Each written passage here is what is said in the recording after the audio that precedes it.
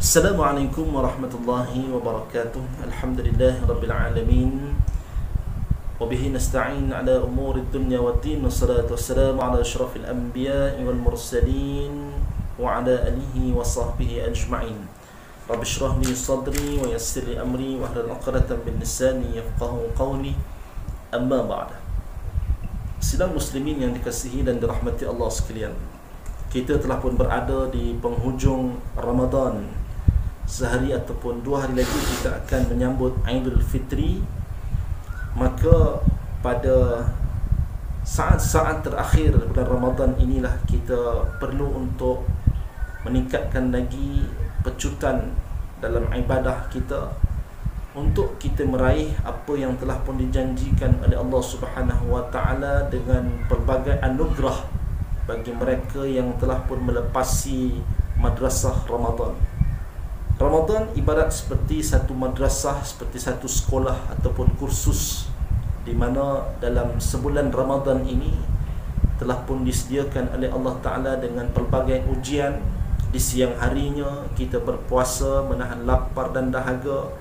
Itu merupakan ujian nafsu, yang kadang-kadang nafsu ini memang mengajak manusia untuk melakukan makan dan minum dengan melampaui batas. Maka sebab itu bila mana kita menahan lapar dan dahaga di siang hari, itu merupakan satu latihan untuk nafsu kita, mengekang nafsu makan dan nafsu dahaga. Di malamnya Allah Ta'ala menggalakkan kita untuk meningkatkan amal-amal ibadah melalui solat-solat nawafil. Maka sejauh manakah kita menggunakan peluang Ramadan ini untuk kita bertarawih di malam hari, dan juga ditambah lagi dengan salat-salat sunat yang lain. Dan semua ini tujuannya ialah untuk kita meraih simpati dan rahmat Allah Subhanahu wa taala. Kemudian seperti yang ditunjukkan oleh Nabi sallallahu alaihi wasallam, Nabi memperbanyakkan sedekah sunat, juga Nabi melakukan tadarus Al-Quran.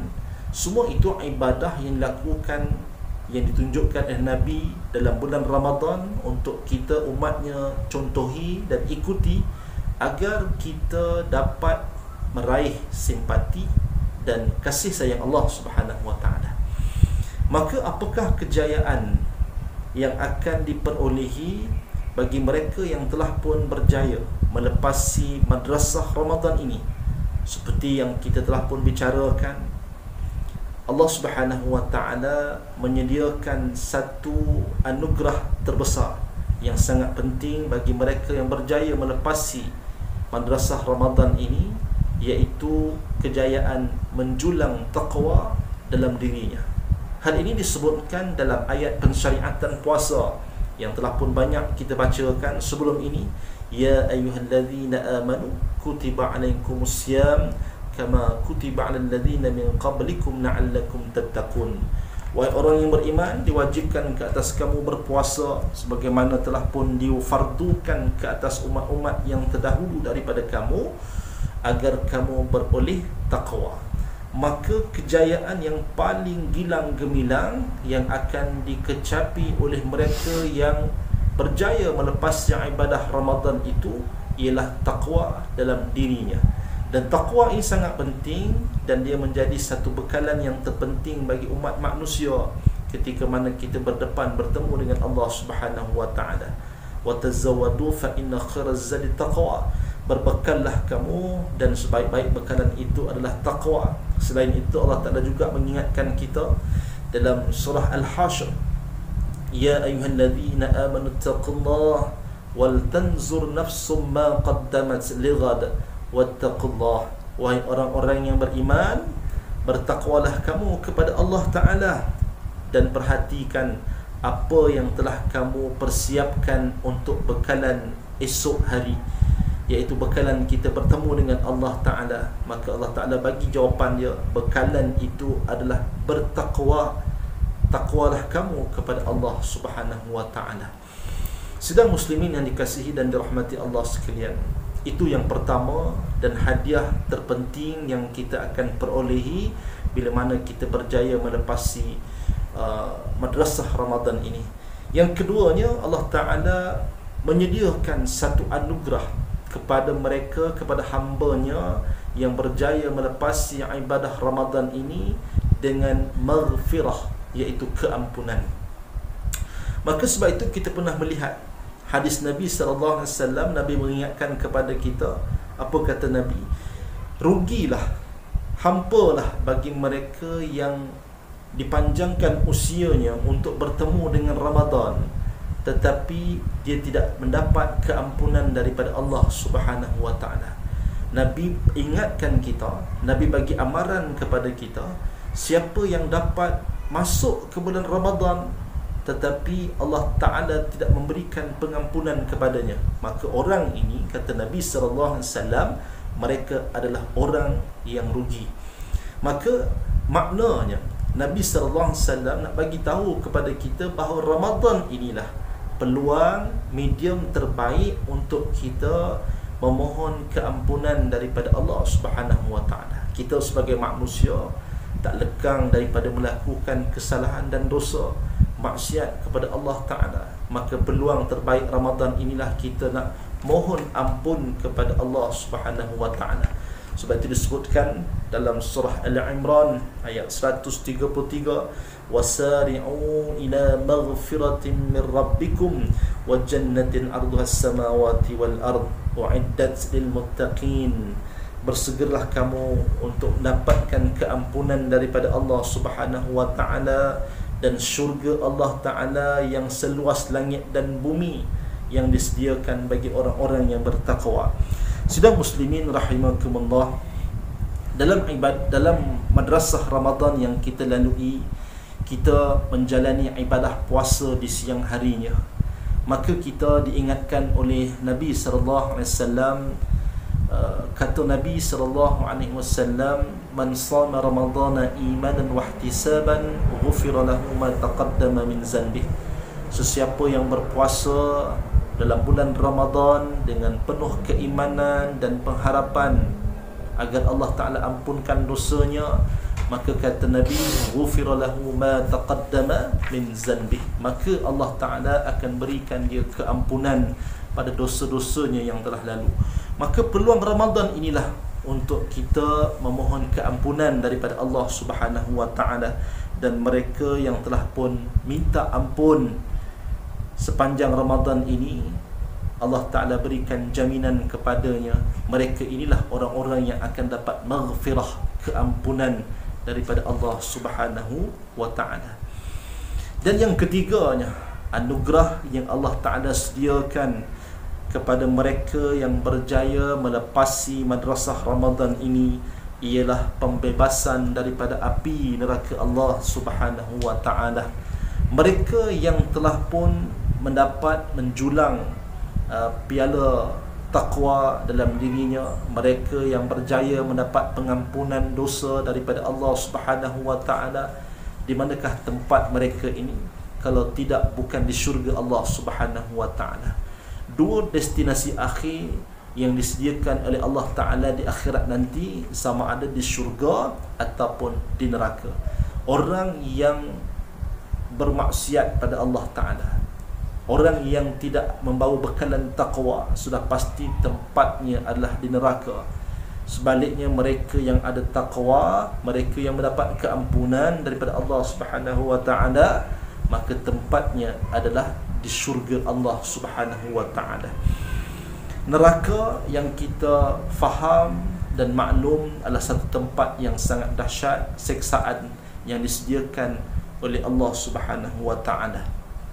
Dan neraka ini adalah tempat mereka yang berdosa, tempat mereka yang tidak beriman, tempat mereka yang tidak mendapat pengampunan daripada Allah Subhanahu wa ta'ala, mereka yang melakukan maksiat dan pelbagai lagi kemungkaran-kemungkaran.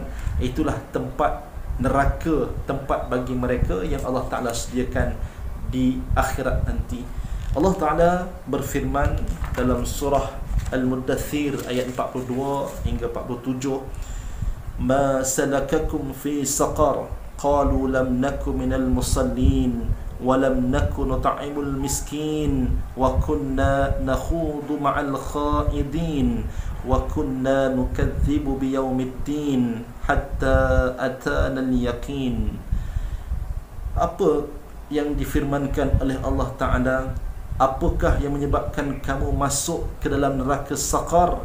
Mereka menjawab, kami dahulu bukan di kalangan orang yang mengerjakan salat, dan kami bukan dari kalangan mereka yang memberikan makan pada orang-orang miskin, dan kami juga berperangai jahat bersama dengan orang-orang yang jahat, dan kami mendustakan hari akhirat sehinggalah kami mati.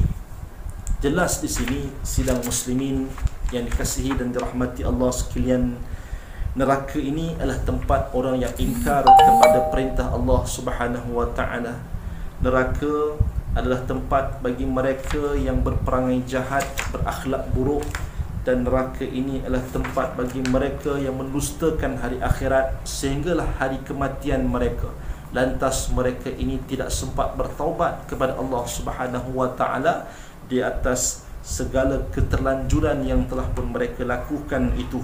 Maka akhirnya destinasi mereka ini adalah di neraka Allah Subhanahu wa taala, wal iyad billahi min zalik. Maka kesempatan Ramadan yang tinggal berbaki beberapa hari ini, mari sama-sama kita pertingkatkan amalan kita dan segeralah untuk kita memohon keampunan daripada Allah Subhanahu wa taala agar ketiga-tiga anugerah hadiah yang Allah Ta'ala sediakan tadi, iaitu taqwa, maghfirah dan juga pembebasan daripada api neraka tadi, dapat kita julang, dapat kita capai dengan sebaik yang mungkin. Sama-sama kita berdoa kepada Allah Ta'ala di akhir Ramadan ini, mudah-mudahan Allah Ta'ala berkati kehidupan kita dalam bulan Ramadan. A'udzu billahi minasyaitonir rajim. Bismillahirrahmanirrahim. Alhamdulillahi rabbil alamin, wassalatu wassalamu ala asyrafil anbiya'i wal mursalin, sayyidina Muhammad wa ala alihi wa sahbihi ajma'in. Ya Allah, Ramadan ini berakhir sehari lagi ataupun 2 hari lagi, dan ia akan meninggalkan kami sehinggalah kalau ada peluang kami akan bertemu dengannya pada tahun-tahun yang akan datang. Ya Allah, janganlah Dikau jadikan puasa kami pada hari ini sebagai puasa yang terakhir dalam hidup kami. Seandainya Engkau menetapkan sebaliknya, maka jadikanlah puasa kami ini sebagai puasa yang terbaik, puasa yang dirahmati, dan bukan puasa yang disia-siakan.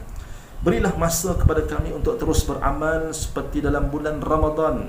Kami bersyukur kerana diberikan hidayah dan petunjuk untuk mentaati-Mu dengan ikhlas hati kami dan beribadah kepada-Mu, ya Allah.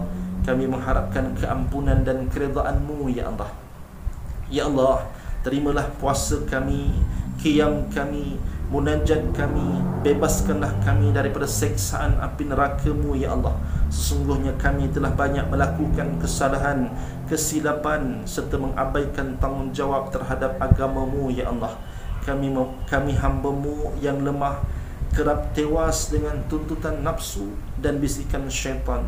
Jadikanlah latihan sepanjang Ramadan ini latihan yang dapat menguatkan keimanan kami kepada-Mu, ya Allah. Semoga perpisahan kami dengan bulan Ramadan ini bukanlah perpisahan buat selama-lamanya. Semoga kami dapat bertemu semula dengan Ramadan pada tahun-tahun yang akan datang dalam keadaan penuh harapan dan kesejahteraan.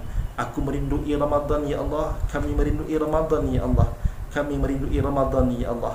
Kami merindui Ramadan, ya Allah. Ampunkanlah kami, ya Allah, dan rahmatilah kami, ya Allah. Rabbana atina fid dunya hasanah wa fil akhirati hasanah wa qina adzaban nar. Wa sallallahu ala sayyidina Muhammad wa ala alihi wa sahbihi ajma'in. Walhamdulillahi rabbil alamin. Wallahu a'lam. Assalamualaikum warahmatullahi wabarakatuh.